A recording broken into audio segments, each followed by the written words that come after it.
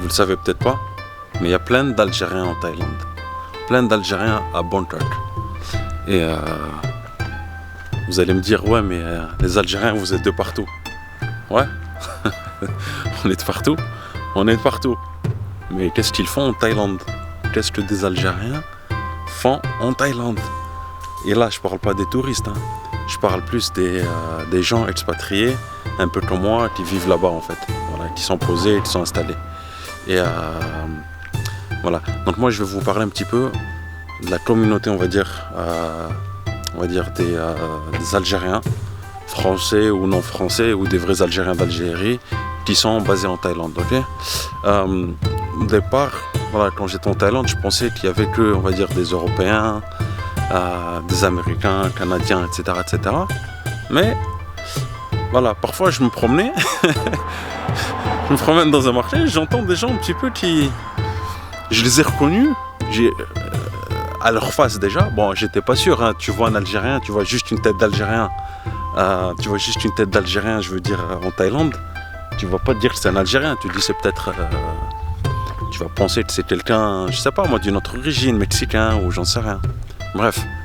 Mais le mec, en fait, je sais pas, il y a un truc qui l'avait énervé avec un Thaïlandais, il a fait une expression, un truc vraiment type expression que les Algériens font. Je me suis rapproché de lui un petit peu. Je commençais à entendre, à écouter le son de sa voix. Il parlait au téléphone à un moment donné. Et bref, je l'interromps et je lui fais t'es Algérien? Il me dit ouais, je suis Algérien. Bref, voilà. Donc ça, c'était la première personne que j'ai rencontrée là-bas. Voilà, il avait peut-être une quarantaine d'années. Il est posé en Thaïlande en fait. Il m'a dit ça fait 4-5 ans. Tu fais quoi ici, machin? Qu'est-ce qui t'emmène en Thaïlande? Pourquoi t'as choisi ici?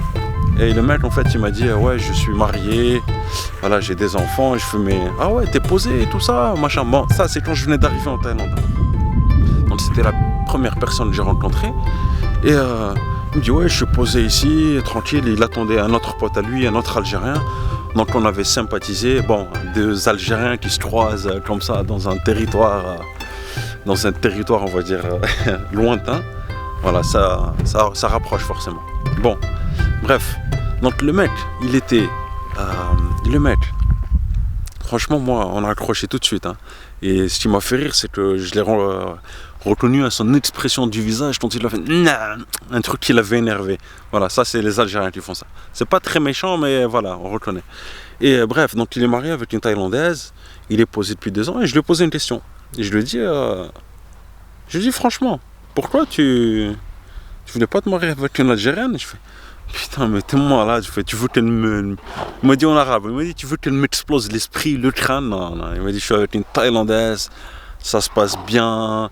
Elles sont très sympathiques, elles sont très respectueuses, elles sont très calmes. C'est voilà, les Thaïlandaises un petit peu. Quand vous trouvez une Thaïlandaise bien, c'est un petit peu, c'est la sérénité, c'est la douceur en fait. Voilà. Donc il m'a beaucoup parlé de ça. Il les a comparés par rapport aux Algériennes. Bon, s'il y a des Algériennes qui écoutent la vidéo, je suis pas en train de casser des œufs sur vous. Hein. Voilà, les Algériennes sont bien aussi. Il faut pas, voilà. Bon bref, donc ça c'était la première personne que j'ai rencontrée.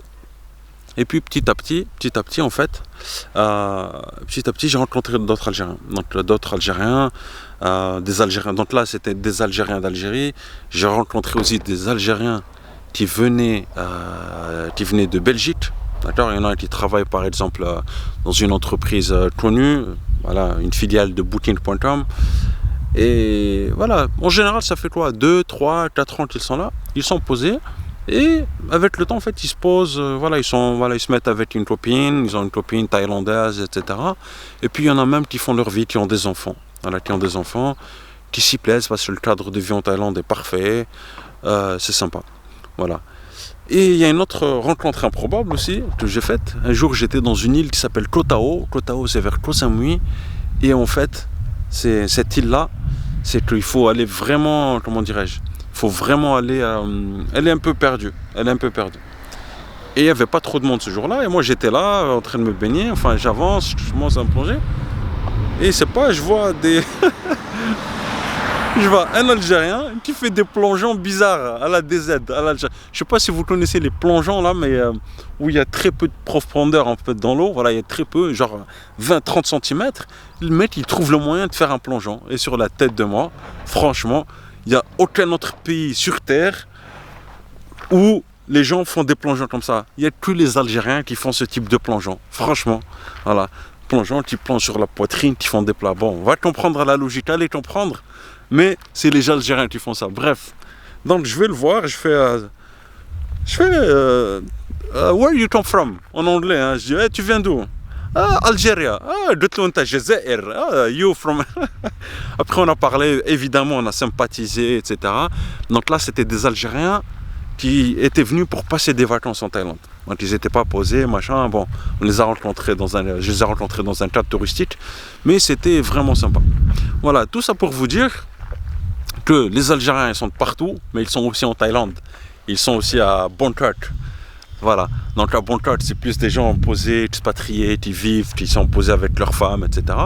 Et puis plutôt ailleurs, c'est plus des gens qui sont en vacances. Voilà. Faut pas oublier juste un truc, c'est que ah ouais, c'est joli là. Hein, bon, je sais pas si vous me voyez mieux comme ça. Allez, on va rester comme ça. Excusez-moi. Et en fait, le truc, c'est quoi?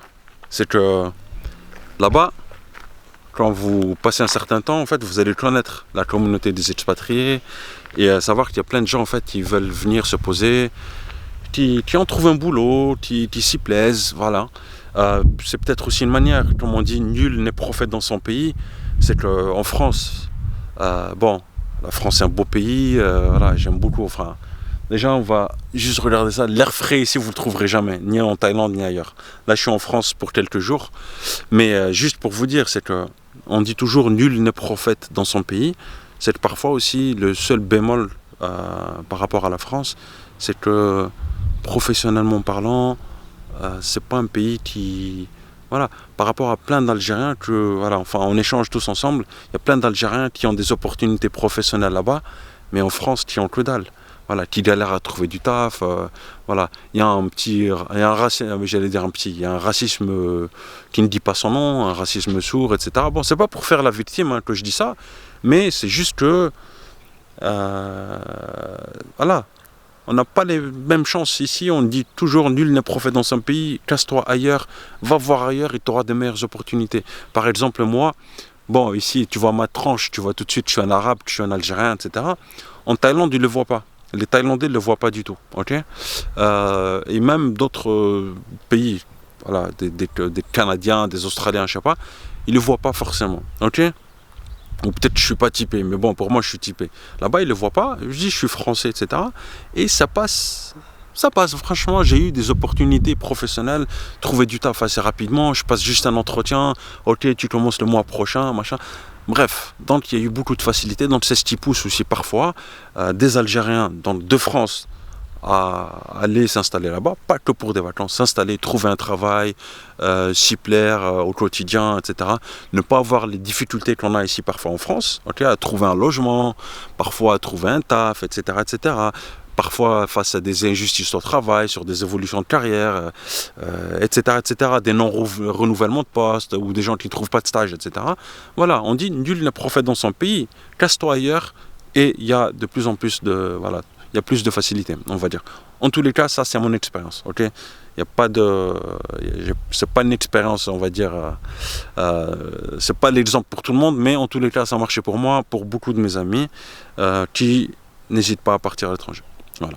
Et sinon, il y a aussi juste un truc, c'est que voilà, s'il y a une inquiétude par rapport à, par exemple, ouais, je veux partir dans un pays bouddhiste, machin, je suis musulman, les gens vont peut-être pas me, comment dirais-je, voilà, je veux pas me sentir à l'aise en tant que musulman, je veux pas trouver de la nourriture halal, je vais avoir que des bouddhistes qui vont me taper, qui vont m'égorger, machin, parce que je suis musulman. Ouais, arrêtez votre délire, franchement, les bouddhistes déjà ils sont pas du tout comme ça. Franchement, ils sont beaucoup plus ouverts que toutes les autres religions à mon sens. Franchement, même beaucoup plus ouverts que les musulmans eux-mêmes. Voilà, ils sont pas là à juger. C'est chacun fait sa vie. Franchement, oubliez pas qu'en Thaïlande c'est le pays de la tolérance, le pays de l'ouverture. C'est chacun fait ce qu'il veut, il n'y a pas... Voilà. Donc, si tu veux de la nourriture halal, il y en a de partout, des restaurants halal. Il y a plein de... Faut pas oublier juste un truc, c'est qu'il y a plein de gens du Koweït là-bas. Il y a plein... Oh putain, j'ai failli me bouffer là pendant que je vous parlais. Je fais des vidéos YouTube, mais... je sais pas marcher. Bref. Ce que je disais, c'est que... Il y a une communauté de musulmans énorme, ok? Énorme, énorme, énorme. Et là, je parle des gens du Qatar, des gens du Koweït, des gens de Oman, etc., qui viennent se soigner, qui viennent passer des vacances en famille, etc. Donc la Thaïlande, en fait, ils sont prédisposés, ils savent comment les accueillir. Il y a des restos halal de partout, il y a des chichas pour ceux qui aiment bien les chichas. Il y a un quartier arabe, carrément. Il y a un quartier arabe de ouf. Tu vas manger libanais, tu manges syrien, tu manges ce que tu veux, franchement ça flingue. Ça flingue. Donc voilà, c'est pour ça je dis, les gens qui ont envie d'aller manger, et même à Phuket, il y a des restaurants halal, il y a des snacks, voilà, enfin il y a tout. Donc pour des gens musulmans qui ont peur, qui se disent ouais bon j'ai peur d'aller en Thaïlande, machin, parce que je veux pas me sentir en sécurité, non. Voilà, sortez ça de votre tête, ok. Je pense que si vous allez là-bas, vous allez plus voir, franchement, hein, je vous le dis franchement, vous allez plus voir des femmes voilées qui travaillent à la caisse, qui travaillent à la banque, etc., qu'en France. Franchement, vous allez plus voir des femmes voilées là-bas, se sentir à l'aise, rigoler, s'exprimer, être intégrées dans la société, plus là-bas que ici. Voilà. Donc, juste un truc. 1, 2, 3, vive l'Algérie. Allez, ciao. Je rigole, hein. Enfin, je rigole pas pour 1, 2, 3, vive l'Algérie. Hein. Mais foncez, franchement, foncez. Voilà. Et si vous êtes en Thaïlande, vous m'écrivez un petit commentaire. On se capte là-bas. On prend une bière ensemble. Non, je rigole, je bois pas. Mais on prendra un petit jus d'orange, un jus de banane, un jus de noix de coco, ce que vous voulez. Ok? Allez, laissez-moi un commentaire. Et si vous aimez ce type de vidéo, souscrivez à la chaîne. Comme ça, je vais en faire plein d'autres. Et je vais vous en faire une direct de Thaïlande prochainement. Je serai pas tout seul, je serai avec mes parents. Je vais les emmener voir là-bas et ouais, je vais les interviewer, tiens. Comme ça, vous aurez un petit témoignage de ce qu'ils pensent, de ce qu'ils voient là-bas, etc. Voilà, c'est idéal pour la famille. Allez, portez-vous bien les gars et à bientôt. Ciao.